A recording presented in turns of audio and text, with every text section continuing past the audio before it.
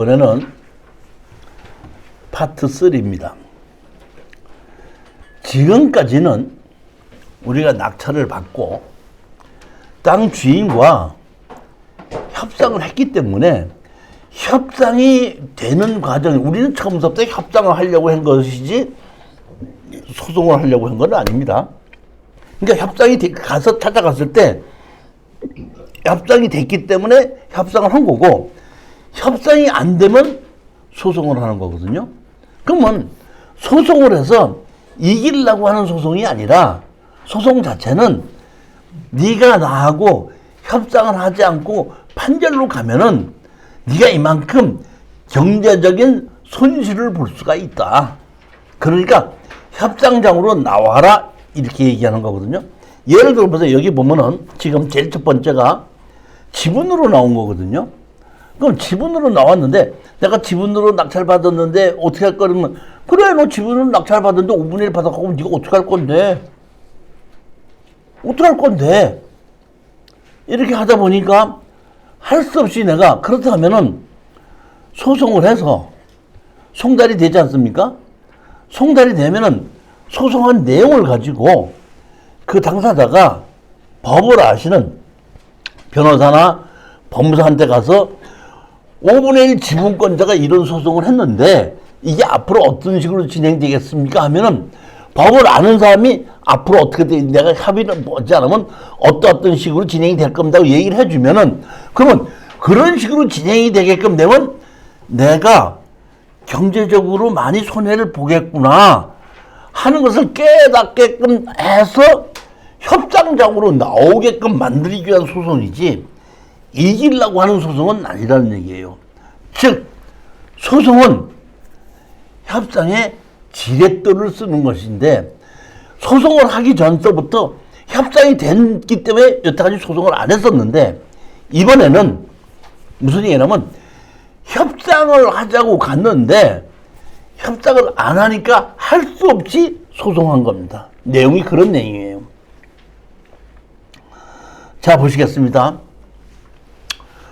소송 송달 후 합의 또는 조정으로 매도, 이렇게 돼서 공유자가 미국에 거주한다고, 이런 내용입니다. 이건 어떤 거냐면, 자 보십시오.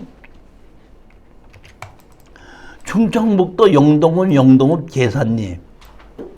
영동에 지금 인구가 늘어나요, 줄어요? 줄죠. 그러면 인구가 주는 곳에 부동산을 투자하면 돈이 돼야 안 돼요? 제가 얘기하는 게 그거잖아요. 보면은 팔 수만 있다면 쓰레기로도 산다.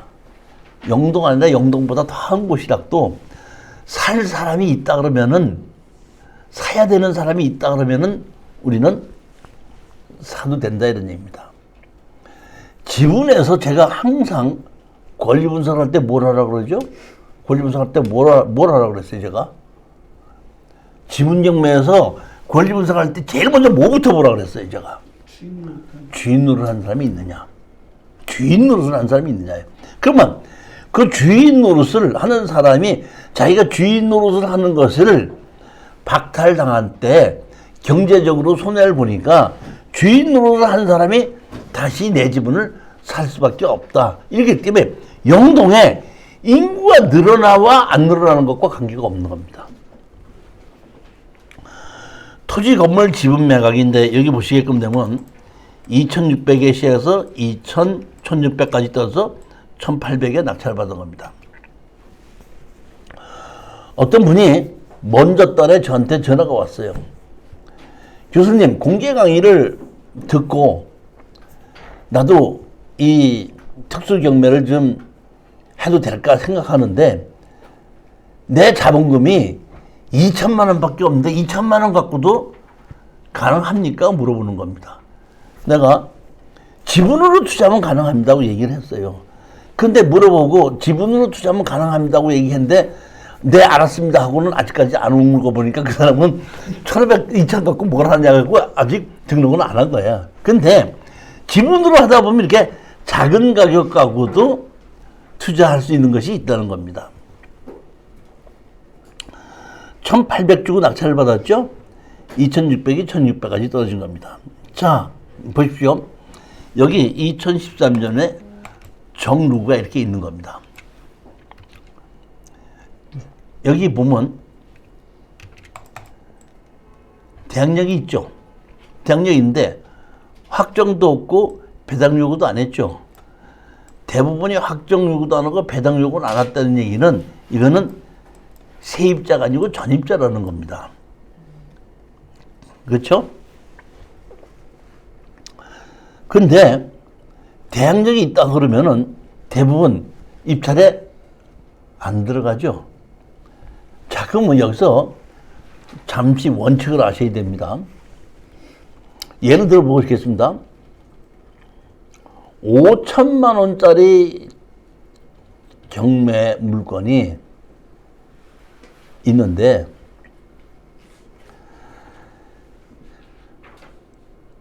전세를 6천만 원 가지고 들어갔다고 가정하십시다.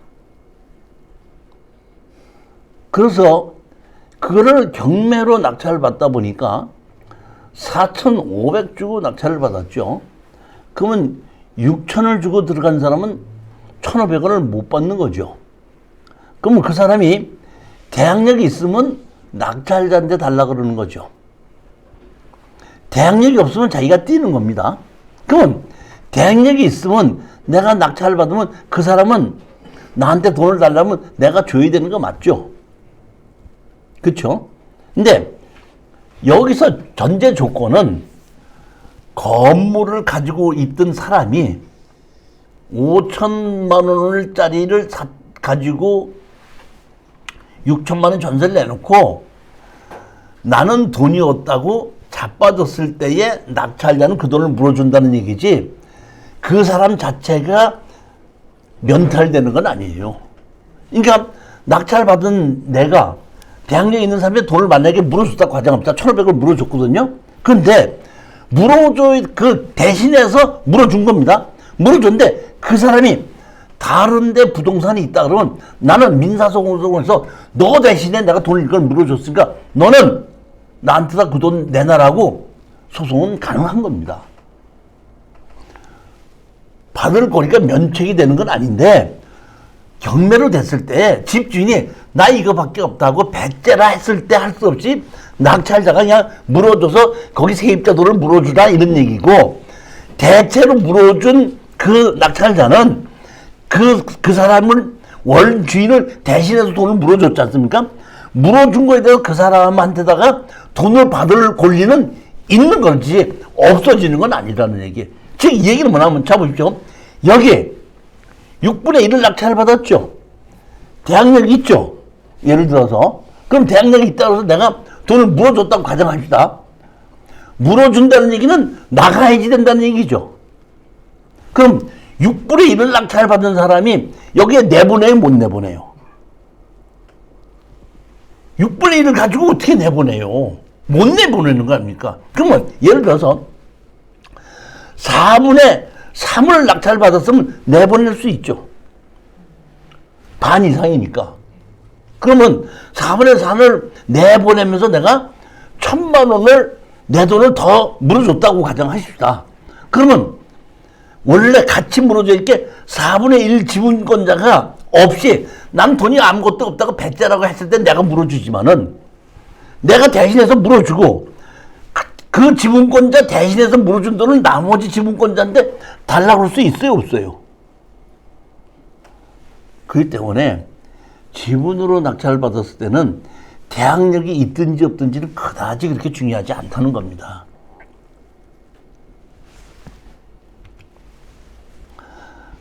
자, 한번 보시게끔 되면 여기 유 누구가 있죠?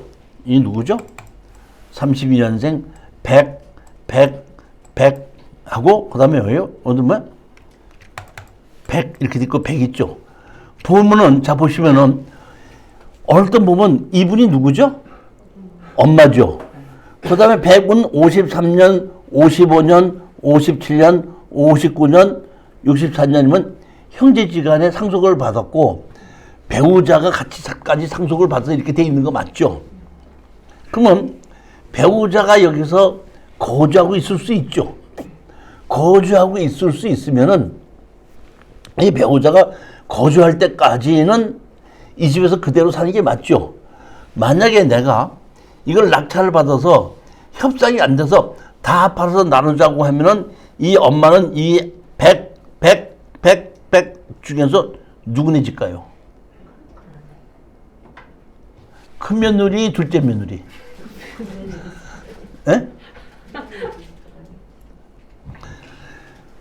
저로서는 권리 분석을 그렇게 했는데 막상 낙찰 받고 보니까 내 권리 분석은 틀렸더라고요. 그렇지만 여기서 뭐가 살려준다면 엄마가 주인 노릇을 하고 있지는 않은데 제일 큰 형이 주인 노릇을 하고 있더라고요. 그러니까 항상은 뭐냐면 나는 엄마가 주인 노릇을 하는 줄 알았는데 낙찰 받고 가서 해봤더니 큰형이 주인 노릇을 하고 있기 때문에 해결이 된 겁니다. 낙찰을 받고 여기를 갔어요. 사실은 얘가 금산이죠. 금산이 아니고 영동. 제가 창원에 강의하러 가면서 중간에 들려서 갔더니 문이 잠겨져 있고 아무도 없더라고요. 할 수 없이 차에서 내가 뒤에 있는 낙찰을 받은 사람이다, 연락받은 사람이다, 여기 때문에 써 붙여놓고 창원까지 강의하러 갔는데 창원에 강의 시간이 한 30분 전에 전화가 왔어요. 제가 여기서 거주하는 사람인데 제가 보기에는 이 사람입니다. 거주하고 있는 사람인데 저는 집 주인이 아니고 세입자입니다. 그렇기 때문에 저한테다가 이렇게 낙찰 받았다고 얘기해줘도 저하고는 할 말이 없습니다. 제가 그러면 거기 세입자라고 말씀을 하셨는데 주인하고 계약을 했을 거 아닙니까? 그러면 그 주인하고 계약한 사람 대표죠. 계약한 사람 전화번호를 좀 가르쳐 주시기 바랍니다. 이렇게 얘기를 했더니 계약한 사람이 있고 전화번호는 가르쳐 드릴 수가 있는데 아마도 연락은 안 될 겁니다. 이렇게 얘기를 하더라고요. 그러면서 여기에 누구죠? 유명 누구의 전화번호를 가르쳐 주더라고요. 그래서 왜 전화 연락이 안 될 겁니까? 그랬더니 그분이 요양병원에 가 계십니다. 이러더라고.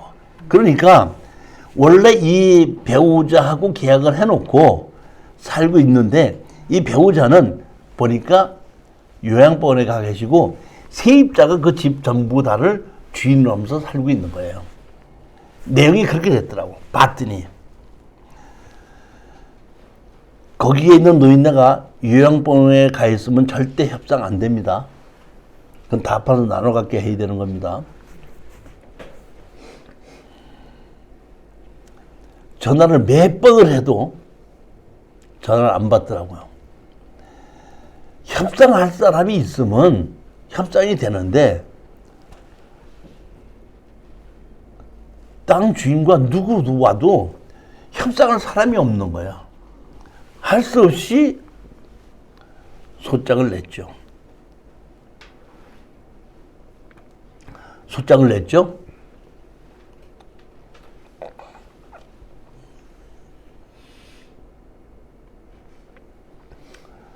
이거는 제가 보니까 조금 잘못했는데 이 소장이 아니라 이제 청구 취지가 들어가야 되는데 이게 청구 취지가 안 들어가고 이렇게 들어갔는데 청구 취지 다 팔아서 나누자. 소장 이렇게 내고 낙찰을 받고 다 팔아서 나누자. 공유물 분할.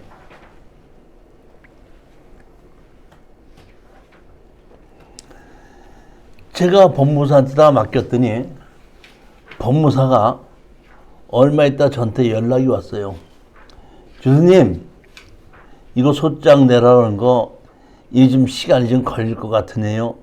왜요? 그랬더니 거기 한 사람이 외국에 거주하고 있네요. 보니까 송달을 했는데 송달이 되돌아와 가지고 그 이제 다시 재송달하고 뭐 하는데 그 주소를 알려달라고 하게끔 되면 주소를 법원에서 알려주지 않습니까? 소송을 하기 때문에. 그러면 그걸 알려서 받아가지고 소송을 해봤더니 법원에서 가르쳐준 걸 가지고 띄워봤더니 한 사람이 외국에 있다는 겁니다. 주민등록지가. 외국까지 송달을 하려면은 미국에 있다 보니까 미국에 있는 지분권자한테까지 송달이 돼야지 경매 개시 결정이 나오는데 이 송달을 하려면은 시간이 좀 걸릴 것 같습니다. 그렇게 알으십시오. 예, 알았습니다. 한 열흘 있다가 다시 전화가 왔어요. 우리 그 법무사한테서 지금 미국에 있는 사람을 지분권자를 빼놓고 나머지는 송달이 됐는데 그 중에서 한 명이 내 전화번호를 가르쳐 달라고 해서 전화번호는 가르쳐 줄 수가 없고 전화번호를 가르쳐 주시면 전화를 하도록은 하겠습니다. 이렇게 얘기해서 전화번호를 땄으니까 여기에 계신 분 지분권자가 한 분이 전화를 해달라고 하니까 전화를 한번 해보시는 것이 어떻겠습니까? 하고 법무사가 얘기를 해서 제가 전화를 했습니다. 그랬더니 그분이 제가 보기에는 이 제일 형인 사람이야, 이분이. 제가 전화를 했습니다. 이 영동에 있는 거 계산일을 지분으로 낙찰을 받은 건데 어떻게 해서 전화를 좀 해달라 그래서 제가 전화를 한 겁니다. 이렇게 얘기를 했더니 아, 예. 사장님이 그 지분으로 낙찰을 받았다는 것은 어떻게 수익을 좀 올리자 하시는 의미로 저는 받아들입니다. 왜? 지분으로 낙찰을 받아서 나한테 점유와 사용권이 없으니까. 제가 봤더니 제 동생 한 명이 실수를 해서 이런 일이 일어난 것으로 알게 됐습니다. 따라서 제 동생에게 제가 전화를 했습니다. 네가 벌린 일이니까 네가 마무리를 해라 하고 전화를 했더니 내 동생이 마무리를 하겠다고 약속을 했습니다. 따라서 적당한 가격에 마무리를 좀 해주시기를 부탁드리는 겁니다. 그 말씀을 드리려고 전했습니다. 따라서 얼마 있으면 이 문제를 일으킨 제 동생이 아마 전화를 드릴 거예요. 전화를 드리면은 적당한 가격에 마무리를 좀 해 주십사 이런 말씀입니다.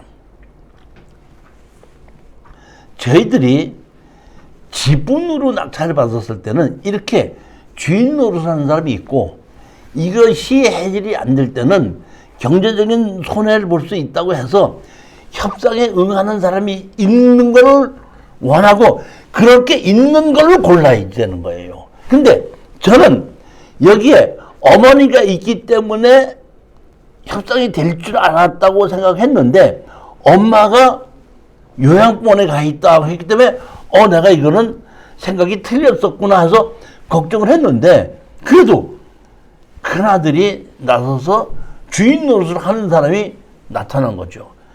지분은 뭐가 제일 중요하다고요? 현재 주인 노릇을 하는 사람이 자기 주인 노릇을 계속 해야 할 때 또는 자기가 주인 노릇을 계속 하지 못할 때 경제적인 손실이 많이 온다고 했을 때는 다시 내 지분을 사는데, 주인 노릇을 하는 사람이 없으면은 얼른 다 팔아서 나눠 갖기를 원해요. 나머지 지분권자들도. 특히 이복 형제들이 끼었을 때는 자기 친남편의 시집도 싫은데 이복 형제들이 끼어 있는 걸, 그걸 부동산을 같이 갖고 있는 건 좋을 리가 있겠습니까? 그러니까 누구 하나라도 경매가 나오면 빨리 팔아서 나눠 갖자고 얘기해요. 협상이 안 된다는 얘기입니다.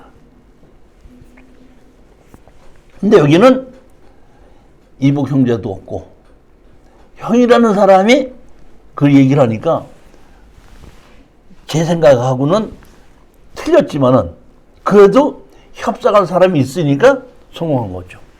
기다렸죠. 보름을 기다렸는데도 연락이 안 오더라고요. 그래서 제가 한 보름 지나가지고 다시 그 형이라는 사람한테 전화했습니다.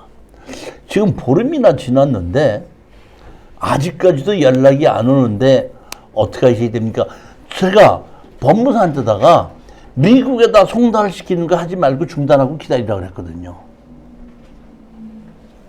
이거를 계속해서 진행을 시켜야 되는지 안 하고도 그냥 협상이 되는지를 판단을 못 하려다 보니까 한 보름 지났는데도 연락이 안 오다 보니까 이거 뭐 또 잘못돼가지고 괜히 시간만 끄는 거 아닐까 싶은 생각이 들어서 전화를 걸었더니 그 형이라는 사람이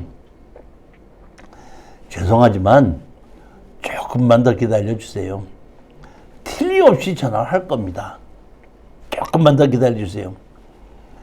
다시 한 일주일 기다렸더니 전화가 왔습니다. 아, 여보세요?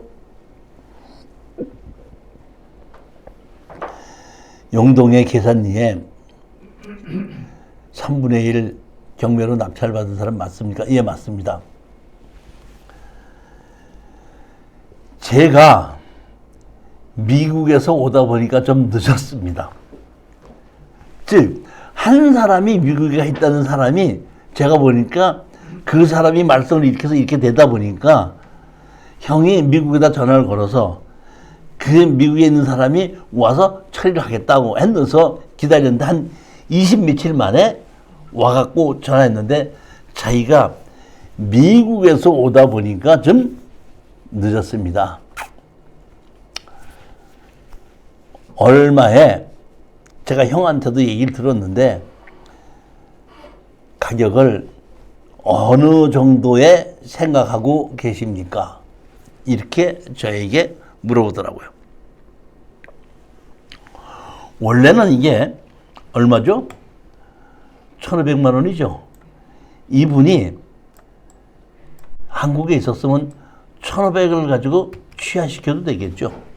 우리가 지금 얼마를 낙찰하는데 1,800에 낙찰을 받았으니까 거의 돈은 비등비등한 거죠, 보면.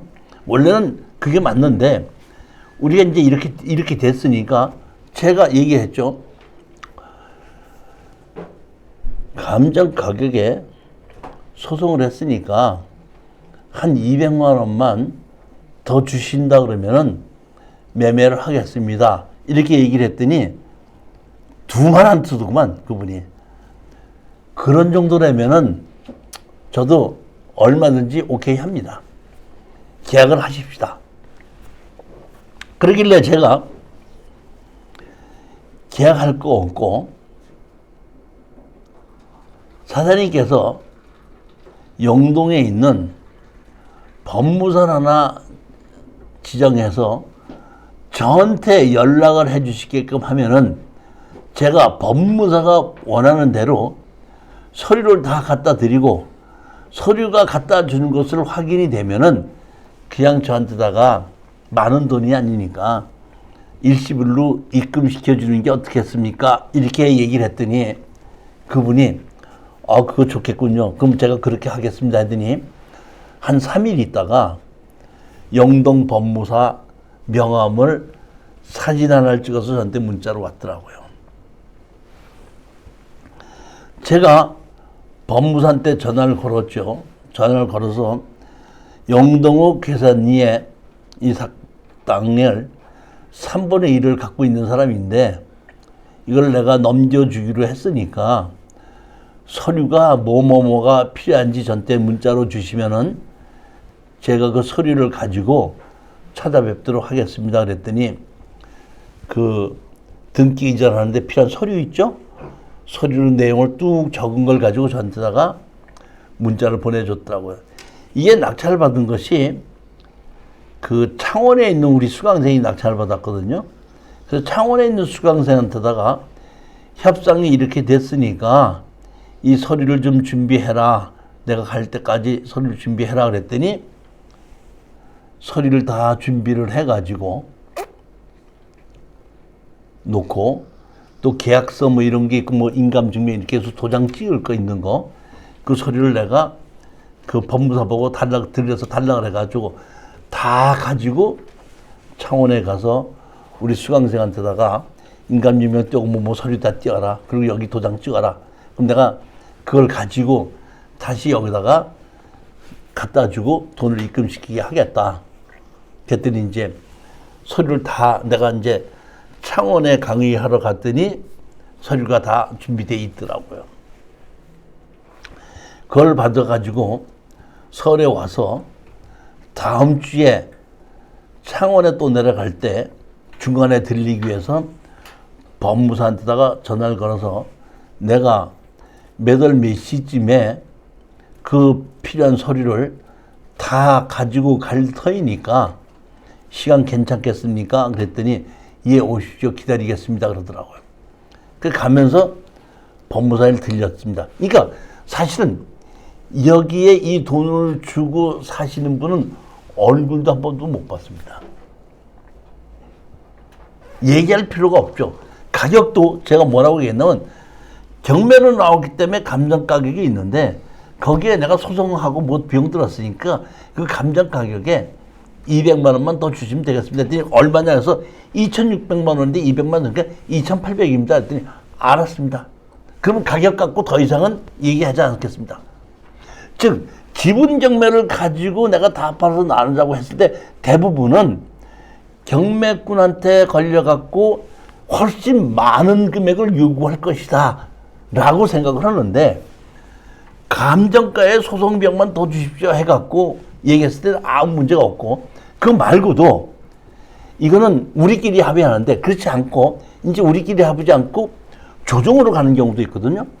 조정하면 조정위원이 얼마에 파시겠습니까? 얼마에 사시겠습니까? 했을 때 뭐 나는 파는 사람이니까 많은 가격을 받는 게 좋고 사는 사람은 가격이 적은 게 좋은데 가격 자체는 가장 합리적인 가격을 결정해야 되다 보니까 감정 가격으로 정하고 내가 여기까지 소송한다고 소송비용 들었으니까 감정 가격에 소송비용만 더 주신다 그러면 저는 그 가격에 얼마든지 합의하겠습니다. 그러면 어떤 조정위원도 내가 얘기하는 걸 갖고 나쁘다고 얘기하지도 않고 상대편도 그 가격이 비싸다고 얘기 안 해. 다만 이렇게 한 적은 있죠. 사장님 말씀이 맞긴 한데 그래도 조금 더 깎아주면 안 돼요? 여자들이 봤을 때 꼭 한마디 해. 그럼 제가 얘기를 하죠. 당신은 어차피 기분으로 살고 뭐 하기 때문에 양도소득세 문제가 없기 때문에 내가 양도소득세를 얼마를 내야 되는 것만큼을 조금 다운 계약서를 써주신다면 제가 그 정도는 양보할 수 있습니다. 하게끔 되면 그런 정도로 양보해갖고 또 협상이 돼요. 그러니까 이렇게 지분이고 이렇게 할 때 가장 기본이 어디서 시작을 하냐면 감정 가격이 시작하는 겁니다. 그러니까 여러분도 지분에서 낙찰을 받고 팔으려고 했을 때에 항상 생각은 내가 감정가에 팔겠다. 그러니까 감정가에 팔게끔 했을 때 내가 최소한도 얼마의 낙찰을 받아야지 돈이 얼마가 남겠다. 거기에 맞춰서 입찰 가격을 쓰고 만약에 나보다 더 높게 쓴 사람이 있다 그러면은 나는 별로 마진이 없기 때문에 떨어지는 게 차라리 더 낫다. 이런 생각을 가지셔야지. 아이고 내가 조금 더 높게 쓸 걸. 이런 생각을 가져서는 안 된다는 겁니다. 거기서부터 시작하는 겁니다. 어디서? 감정가격에서. 제가 감정가격 그렇게 얘기했더니 더 이상 얘기할 게 없습니다. 해갖고 결정된 겁니다. 그래서 제가 법무사 사무실에 갔더니 법무사께서 기다리고 있더라고요. 그래서 제가 법무사님이 원하는 서류 다 갖고 왔습니다 하고 이렇게 보더니 다 드렸더니 법무사가 서류 이렇게 다 보더라고요. 서류 다 맞습니까? 했더니 맞습니다 그러더라고. 제가 그 자리에서 그러면 서류 다 받았다고 전화를 좀 해주십시오. 그랬더니 그 법무사가 그분한테다가 여기 영동군 계산이 3분의 1 지분으로 낙찰받은 거 넘겨받을 서류 다 받았습니다. 얘기를 했더니 이제 계좌번호를 가르쳐 달라고 해갖고 제가 우리 낙찰받은 수강생한테다가 제 계좌번호를 나한테 보내달라고 했고 내가 문자로 보내받은 그 계좌번호를 이분에게 문자로 보내줬죠. 보내주고 제가 우리 수강생한테 얘기했죠. 서류를 넘겨줬으니까 돈이 입금이 되면은 나한테 가르쳐 달라. 그래야지 내가 출발한다. 그래서 한 법무사에서 한 20분쯤 기다리고 있었더니 우리 낙찰받은 수강생한테서 문자가 왔어. 돈 다 입금됐습니다. 그래서 제가 입금됐다고 하니까 떠나고 끝난 겁니다. 즉 이 얘기는 무슨 얘기냐면 여기서 지분 매각 중에서 가장 스탠다드한 걸 제가 여기 앞에서 설명을 놓고 보는 건데 우리의 목적은 지분은 주인 노릇을 하는 사람에게 감정가대로 팔고 나오는 것이 제일 맞다 이런 얘기입니다. 만약에 소송을 하기 전에 협상을 하게끔 되면 먼저 번에 제가 말씀드렸죠. 잔금을 내지 않고도 하는 방법이 있다. 우리가 잔금 내지 않고 어느 정도 받게끔 되면은 보호자 우선 매수를 신청해서 그 사람이 가져갈 수 있게끔 여러 가지가 있는데 우리가 협상이 안 되다고 만날 사람이 만날 수가 없다. 그러니까 할 수 없이 우리가 잔금을 냈지 않습니까? 잔금을 냈을 때는 우리는 감정가격에 판다고 생각을 하고 소송을 해서 이기려고 생각하지 마시고 지분권자, 대표자, 주인 노릇을 하는 사람이 협상으로 나오게끔 만들고 가격은 항상 때에 따라서 조금 올릴 수도 있고 조금 따라서 내릴 수도 있겠지만은 처음부터 낙찰에 들어가서 입찰에 들어갈 그 당시에는 내가 감정가격으로 판다 이렇게 생각해야 되기 때문에 사실은 감정가로 판다고 생각했을 때는 이렇게 64%보다는 49% 또는 51% 이런 정도까지 떨어졌을 때 사는 것이 더 마진이 많은 거죠, 보면은. 이거는 그 지분 경매에서 송달을 되자마자 바로 주인 노릇하는 사람이 나왔기 때문에 협상으로 바로 쉽게 끝난 사건의 하나입니다. 지금 다음 주 오시게끔 되면은 또 이제 지분으로 해서 협상장에 나오지를 않아가지고 할 수 없이 소송을 하고 나니까 또 협상이 됐던 사례가 있습니다. 소송을 내서 협상장으로 나오게끔만 되면은 그거는 낙찰을 잘 받았다고 생각하면 되는데 소송을 했는데도 무답변, 무대응, 판결로 갔을 때는 제가 판결로 간 것이 한 20건에서 30건을 판결까지 갔는데 판결까지 가지고 마진을 건진 거는 한두 건밖에 없습니다. 시간도 오래 걸리고 또 다 팔아서 나누자는 거는 경매로 팔아야 되겠죠. 감정가에서부터 한 번 떨어지고 두 번 떨어지고, 우리가 보통 두 번 떨어졌을 때 입찰이 들어갔는데 다 팔아서 나누자고 했는데도 또 두 번 떨어졌다. 그러면 두 번 떨어져서 49%에 60%의 낙찰 받는데, 예를 들어서 65%의 낙찰 받았다고 하더라도 2년이나 시간 걸렸죠. 소송비용 들어갔죠. 결국에 가서는 중간에 협상이 되지 않는 지분 물건은 마진이 없다는 뜻입니다.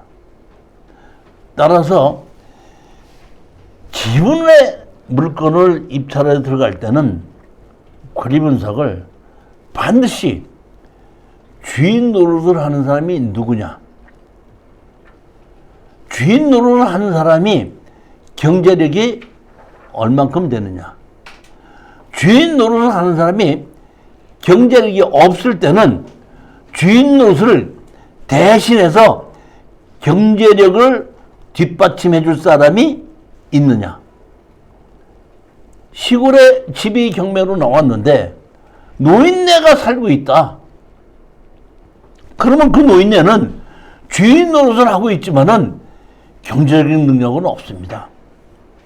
따라서 그런 경우에는 제가 동네 이장한테 가서 물어보면은 이장이 자식이 누구 있고 어떻게 살고 있고 어떻게 어떻다 하는 얘기를 들으면은, 아, 내가 이걸 낙찰 받아서 여기에 주인 노릇을 하고 있는 사람이 나가게끔 만든다고 했을 때는 자식 중에서 누가 협상을 오겠구나, 이런 생각을 할 수도 있습니다.